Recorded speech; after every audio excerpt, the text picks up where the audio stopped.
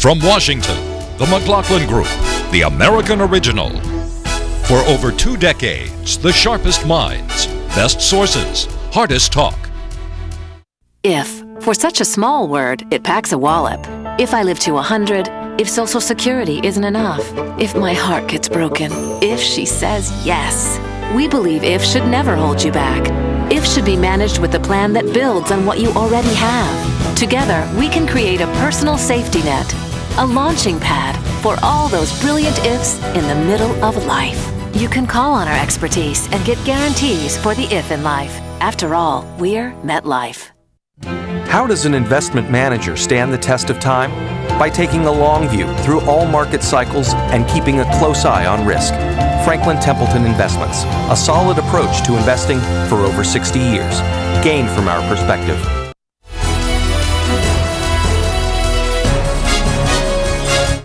Issue 1, TSA labor pains. Come fly with me, let's fly away. Unfortunately, we have to be right all the time. Terrorists only have to get lucky once. A lot of what we have been participating here, in my personal opinion, has been security theater and has not truly done the job to secure the airports to the degree that we need to. Republican Congressman Jason Chaffetz is the chairman of the House Subcommittee on National Security, Homeland Security, and Foreign Operations. Chaffetz is no fan of the Transportation Security Administration, the TSA. That's because the number of airport security breaches over the last decade adds up to 25,000. That's about 7 breaches per day in the last 10 years. These breaches range from improperly screened passengers to unscreened passengers. Travelers boarding planes without being inspected at all. Yet the annual budget for the TSA is, get this, $8.1 billion.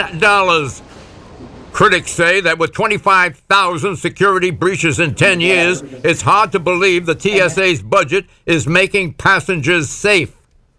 Rather, the TSA's pat-downs and invasive full-body scans do more to embarrass children and the elderly than they do to catch terrorists, many believe.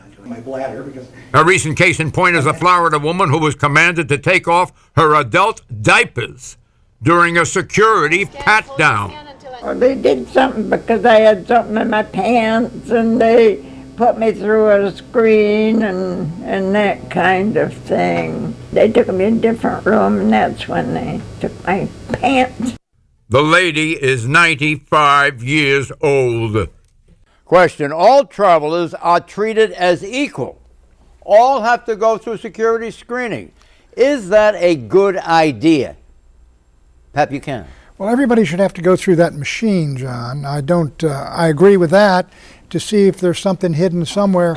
But I think they ought to... You mean, is there an outstanding suspicion that all travelers are capable of terrorism? Well, something can be planted somewhere, and I think they should go through, so should the luggage. But I agree with what the implication of your question. If you're talking about individuals, 95-year-old women and kids, you ought to use the professional expertise of the TFA agents, who ought to be able to profile individuals to say this one looks more likely to be carrying something than that one. And if they've got to select out someone, the idea of equality there is stupidity. And what they've been doing, frankly, with little kids and with old ladies has been ridiculous. Most of these breaches are technical infractions, like carrying a very small penknife or something with a sharp object, or even a bottle of water.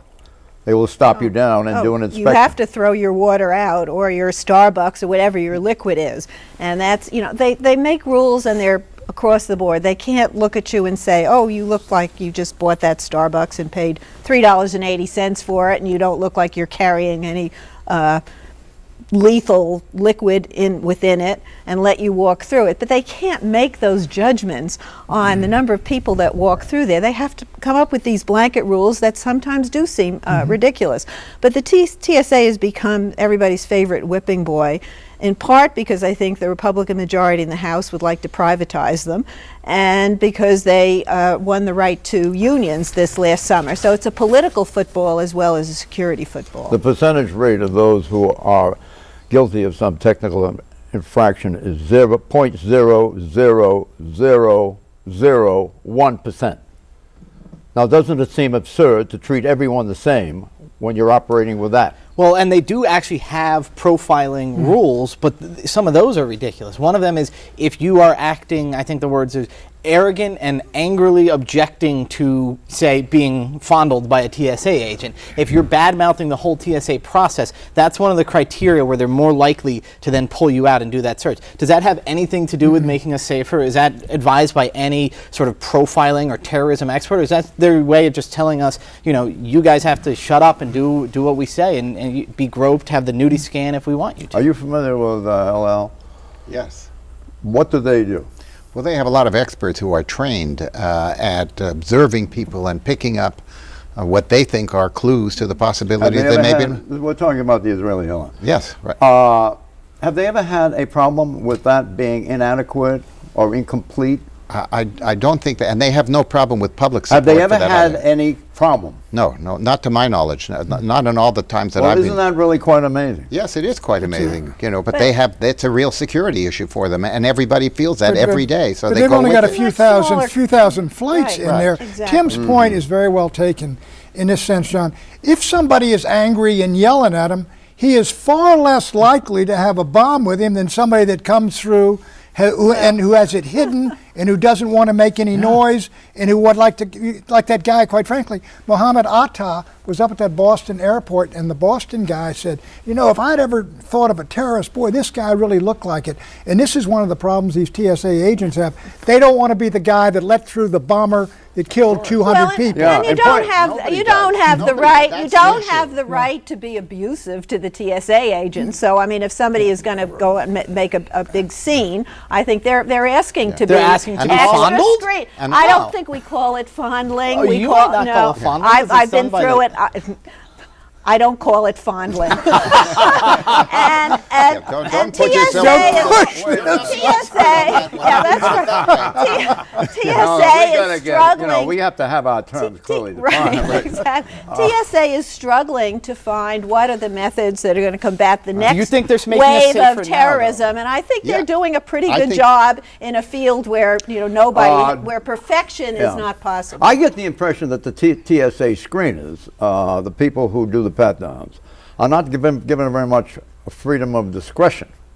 Well, I don't know what all the some of rules the best, are. But by discretion, I mean, you know, evaluating the person coming through. Well, they have. What else can you do? I mean, when you say discretion, there are certain rules that they have to follow. A man that by they should follow. Man by the name of Pistole, Pistole, I think that's the pronunciation of the name now, heads it up, and he said he is going to give them more discretion over time. Right. Well, I think there's also going to be more training of these people to pick out people. I think that's the key thing. That's the key differentiation between the Israelis are very highly sophisticated in this because they have this issue. But once there is a terrorist attack, believe me, these rules are going to be enforced to an extraordinary degree. Somebody told me you were very annoyed by the screening, so you now escape it by having your own airplane. Well, you know, if you want to discriminate, John, you can go ahead and do whatever you have to, but I'll just have to live with it. You know, Eleanor's point's well taken. There's got to be basic rules of everything that's checked out. But after that, if you get the experts, John, the guys that can look at somebody, they're the guys that are very likely as a backup to prevent the terrorist attack. They actually have a program along those lines. I think it's in the Boston airport. So, you know, they're trying. So greater discretion on the part of the TSA employees does not mean lesser security at the point of where they do it. I would hope not, but it's a question of their training. Exit question. On a security success scale, 0 to 10, rate the effectiveness of the TSA 0 to 10. It gets close to 9 or 10, John, for the simple reason that it's been 10 years since 9/11 and they haven't taken down a single airliner, and we had the underwear bomber and the shoe bomber and a lot of these, maybe some other folks who tried it. Yeah, I think for a much maligned agency, let's give it high marks. Perfection is the goal, but that's not reality. You want to go all the way? You want to give them a 10? Well, he said, I'll give him a 9.2. There's always room for improvement. Good with those decimal points. They've caught 0 terrorists. They didn't stop the shoe bomber. They didn't stop the undie bomber. And they might even make us less safe because more people end up driving because they don't want to be, I guess, caressed maybe is the right word at the airport. Driving is less safe than flying. I'll give them a 3. So they're going to take the blame for highway deaths? If they're driving people there, then they're not even saving lives. You got to give them a very high rating. I'd give them 9+ because we have not had a terrorist attack. I mean, that's the standard. That's the only standard. I think in those two instances of the underwear bomber and the shoe bomber, they not originate in the United States. So they didn't have the benefit of the TSA screening. Right. Am I right or wrong? You're right. And So the fact of the matter is we can stop terrorist attacks without the TSA, and there's no evidence the TSA has prevented any of these attacks. You're a very severe marker. The TSA deserves a 10 because nothing has happened. Issue 2, Postal Service Blues. Stop, whoa, yes, wait a minute, Mr. Postman. Wait. 170 billion plus pieces of mail this year. I don't think it's going to go away anytime in the near future. Not true. In some areas, the United States Postal Service is going away. More than 3,600 postal offices will close within the year. That's 1 in 10. Postal services in those areas will be absorbed by privately owned local businesses. Postmaster General Patrick Donahue says it's the only way to keep the debt-strapped agency running. Donahue's other idea is to eliminate the Saturday delivery. We should have moved from 6-day to 5-day 3 or 4 years ago. We would have been profitable then. We'd be profitable now. Senator Tom Carper of Delaware, chair of the subcommittee on federal financial management, which oversees the post office, has introduced a bill that would do just that. Ending Saturday delivery could save the USPS $2 billion a year. Unfortunately, it would eliminate 20,000 jobs. Technology will also lighten the volume of U.S. paper mail. Email, smartphones, and other tech apps have decreased the volume of hand-delivered mail by 20% over the course of the last 5 years. Is this a constitutional question? U.S. Constitution? Yeah, I think it is. The U.S. Post Office, I believe, is in there. I may be wrong, John. But look, the figures are, they're going to cut out 120,000 jobs of the 600,000 of the Post Office because it's got an $8.5 billion deficit. And the reason is, we all know email, FedEx and all these other things are taking it over. But I think it's going to be there, still be there. But our generation, the penmanship generation, the one that writes letters, is different from the next generation beyond, which doesn't even print very well, John. Yeah, by law, they have to deliver mail 6 days a week, so Congress has to change the law. But I've been noticing that the post office is running paid advertising on television, pointing out that they fund themselves through stamps and so forth, that they're not paid for by the taxpayers, although they have taken out loans from the U.S. Treasury. But I think if you stop Saturday delivery, I think that's inevitable, and I think the Postmaster General has said if immediate reforms aren't undertaken, we're going to have mail 3 days a week 20 years from now. I think it's an inevitable consequence of the way we've changed how we communicate. Bulk mail is a huge industry now. Right. And a lot of people keep that mail because their names are on it, and they open it on the weekends. So why do you want to eliminate Saturday delivery? Particularly bad day to eliminate. I think why don't we eliminate a Wednesday delivery? I think it affects rural America. I think most of the world still works more Monday to Friday. There's something called the weekend, and we don't get mail on Sunday, so I think Saturday it will be the next consequence. Mail delivery is mentioned in the Constitution at least once and maybe twice. So is it a constitutional issue? This is the government. This is not an Oshios question. No, the federal government is authorized to do it. It's not mandated to do it. One of the problems. It says levy an army and get a postal road.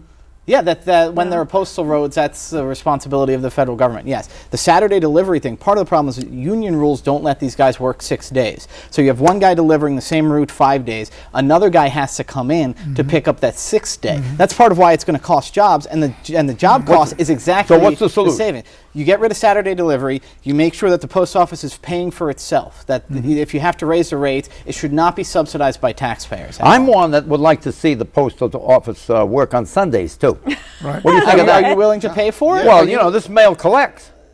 Are you willing to pay for it? But you know, John, So what I'm willing to do is go to John- email and charge email 1 cent for every email that goes John- out, John, let me- and have the same people that brought it into existence pay the 1 cent. And What's how- wrong with that? John, Would it balance things out? I don't think it works at all, to put it mildly. I mean, You mean on either side of the equation? Yes. I mean, it is. You simply cannot afford. We can't lose $8 billion a year on the post office, and that's what it's running. Well, she says it kind of pays for itself, but I'm not it quite used to sure. pay for John, let me itself, but speak no as a longer it postal does. employee. What's for that? A number of years, every Christmas for 10 days, I delivered mails. You even did the old pigeonholing. The pigeonholing has been computerized. But, John, one of the problems is we delivered the mail with 3-cent stamps. How much is a stamp today? 44. 44 cents every single one. That's cheap. What is that? That's cheap. Well, a Can lot of you old think ladies, you a lot of old ladies that used to Then it write has to to me be don't more. write anymore because they can't afford the When postage. you had your mail delivered to you, and now that you've moved out of the District of Columbia into your chic neighborhood Wait a in minute. Virginia, when the postman comes, do you give him a tip for having delivered your mail? I give him a How much Christmas. how I much give you him a give Christmas check. How much do you How give? much you give? I'll match yours. Let me just say this, just in response. It was an unsmooth evasion. Pat hasn't. I have to say this in response to what Pat just said. A lot of young women are writing me, and now they. So that's how it Well, works. I mean, I think But for if you 40. start, it doesn't It's a work way any of- longer. but It's a 44 technology that is going to be completely but bypassed. it's sad. It's sad, 44 John. cents for 44 cents that you could drop something in a mailbox in Washington, D.C. and expect it to get to Seattle, Washington, or wherever, and all of the people and the machines have to Right. touch it. It's a bargain It's pack. wonderful. Issue It's 3. wonderful. But I'm high on the post but it- office. Issue 3, no Labor Day. I haven't talked to anybody right now when we've got unemployment over 9% officially, when people are out of work and month after month can't find a job, when small business people are having trouble just keeping the lights on. I don't talk to anybody that says, please raise my taxes. Eric Cantor is a 6-term Republican congressman from Virginia. He is the current majority leader. John Boehner is the Speaker of the U.S. House of Representatives. Cantor is also a solid conservative with an American Conservative Union ACU rating of 92 out of 100. His ADA rating, Americans for Democratic Action, the premier liberal rating system, is 5 out of 100. As Congress recovers from its painful debate over how to resolve the critical debt problem in the U.S., $14.3 trillion of debt, Cantor has rejected all proposals that would raise taxes for the American people. Question, who deserves more credit for holding the line against tax increases? John Boehner or Eric Cantor? Tim Carney. Well, what impresses me about Eric Cantor is that he is sort of the Republicans' guy to Wall Street, and that is not the Tea Party base. If you think the Republicans, they have two bases. There's the Wall Street and the Tea Party, the real conservatives. So Cantor, top fundraiser, very close to Wall Street, and Wall Street was a guy saying, cut a deal, cut a deal, cut a deal. I think Cantor was going back to Wall Street saying, our deal is not going to involve raising taxes. I give them both credit for holding the line. You like Cantor? There are things I don't like about Cantor. I think he's too close to Wall Street, but I'm glad that he helped block a His experience tax is exclusively legislative. You really need to have some executive experience before the American electorate will consider you for a viable and a plausible president of the United States. What I'm getting at is, I know what you're getting this at. guy is really good. He's very good. He's very talented. He's very smart. Very, very capable guy. But Can is I he on any other track except to succeed Boehner when Boehner? No, right now his experience has been legislative, but he's very good at managing their program. And frankly, executive experience, in my judgment, is very, very much of an advantage for the man who might be president of the United States, as our current president has shown. As the current president indicated, that executive experience is really a sine qua non of being president of the United States. Well, I'm not sure that it has to be executive experience. You certainly have to have a sense of the way things work. A lot of that comes out of having executive experience. I don't think, for example, a business background is essential to be the president of the United States. Does he have the equivalent of that if he is a United States representative? No, I don't think so at all. You don't think so? No, I really You don't. don't think there are in executive details in his management of his own office? No, not in his own office, but in managing the Congress, managing his as a leader of his party, I think that is a very good experience. I think for him. Perry has the kind of executive experience that Cantor does not have. Yes, Sure he he does, does. without question. If Sure we're he still does. He's been governor for longer than anybody else. The governor's job He's been is the governor for best- longer But than anybody also, else in the Cantor United has the States. legislative experience that Perry does not Hey, have. look, Obama's got legislative experience. How has he been What as kind of executive? legislative experience? State legislature? Obama is this kind of United same States background. Senator for a couple of years? Yeah, but look at him. He's not an executive, and it shows. Who? Obama, the Oh, I thought president. Who's on trial in this segment? We want to know who's going to represent the Republican Party up against Well, Obama. it's not going to be Eric Cantor. Eric Cantor is, I mean, all politicians are opportunistic, but he basically just latched on to the Tea Party folks. He's not only aspiring to be Speaker, he is probably plotting to be Yep. Speaker. You think that was but he's not going to be on the ticket. He's not going to be president. No. Rick Perry has a I'm chance not to sure be he's Well, What- that was unfortunate phraseology he's on her agreeing part. with me. No, what That Eleanor Eric said. Cantor latched onto the Tea Party. I Please. think, I think what Eleanor is saying. No, what Eleanor's saying about the plotting thing is what I hear some other Republicans I'm worrying not about. sure he's that going to be undermining. He's trying to undermine Absolutely. Boehner. He's He's going to look. undermining He may his not own be Speaker, leadership. John. He may not make Speaker himself, succeeding Boehner. He's not all that popular in the Republican caucus. Issue 4, working like a dog. It's been a hard day's night, and I've been working like a dog. 2011 is the 50th anniversary of the Beatles. Paul McCartney, John Lennon, George Harrison, and Pete Best took the stage in Liverpool for the first time in 1961. Ringo Starr replaced Best a year later. The Beatles appeared in American homes 3 years later via television, thanks to the Ed Sullivan Variety Show. Ladies and gentlemen, the Beatles. The Beatles jolted and revolutionized rock and roll. Almost contemporaneously, the U.S. president at the time, Lyndon B. Johnson, jolted Congress. Federal funds were budgeted to promote the performing arts. In 1965, the National Endowment for the Arts, the NEA, was created, and the National Endowment also for the Humanities, the NEH. That was created too. Both were included in President Johnson's budgeted program, Great Society. Now fast forward to today, a period of economic slowdown. What gets debudgeted? Acts first. The arts and humanities are often the first targets and are thought to be dispensable. Research and reflection dictate otherwise. The performing arts aren't only good for the soul, they're also good for the body, including the economic body. They generate revenue and fight poverty. 4 years ago, 8,900 performing arts groups in the U.S. generated more than $13 billion in revenues, most of it taxable. In 1 year, Americans spent $14.5 billion on performing arts, more than the $10 billion spent on box office movie tickets. Studies have also shown that the arts make people healthier, physically and emotionally. Let's suppose that the NEA, the National Endowment for the Arts, got a budget this year of about $49 million, existed in 1961. Let's suppose that the Beatles first took the stage here in the U.S. Would the NEA have supported the likes of the Beatles? Eleanor. That's too many supposings, I think. The Beatles took off in England, and they came here, they were already big hits. So I think translating them into arts funding really is not a good analogy. A lot of this is ideological. The House Republicans, again, they'd like to end the NEA. They've now cut the funding by 25%. But if you look around the country, it's arts funding for elementary school students where you develop a love for the arts and you develop people's talents. I think that's where it hurts the most. And then you have a lot of ideologues talking about how much they want to cut government. And when they get in office, like Nikki Haley in South Carolina, she goes after two agencies that fund the arts that are minuscule in the overall budget, but prove some sort of ideological point.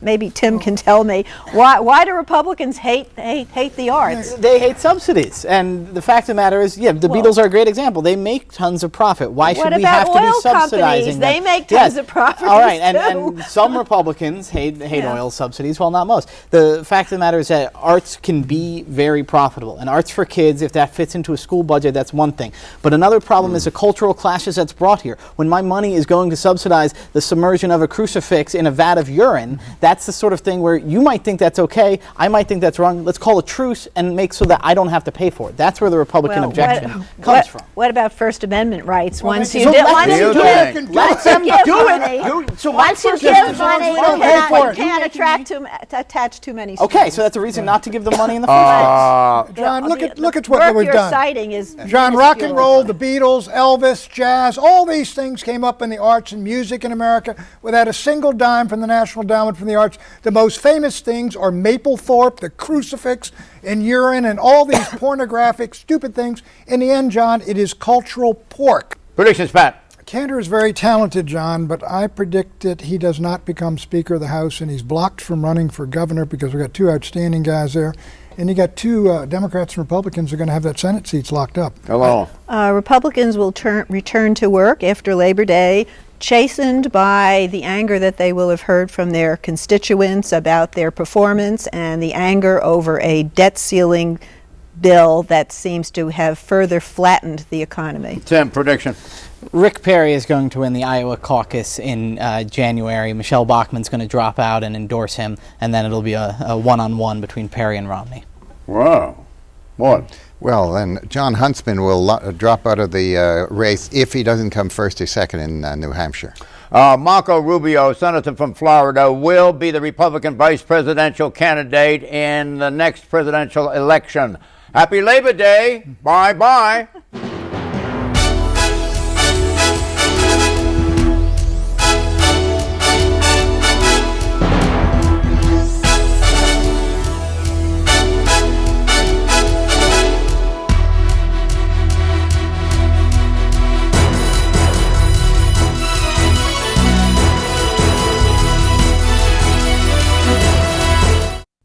This is The Network, a living, breathing intelligence that's helping business rethink how to do business.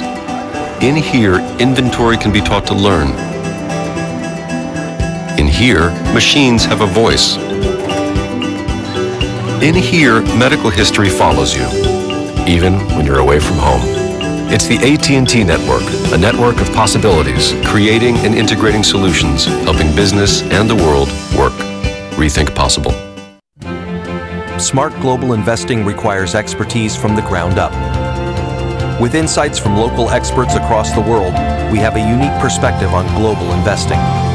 Franklin Templeton Investments. Gain from our perspective.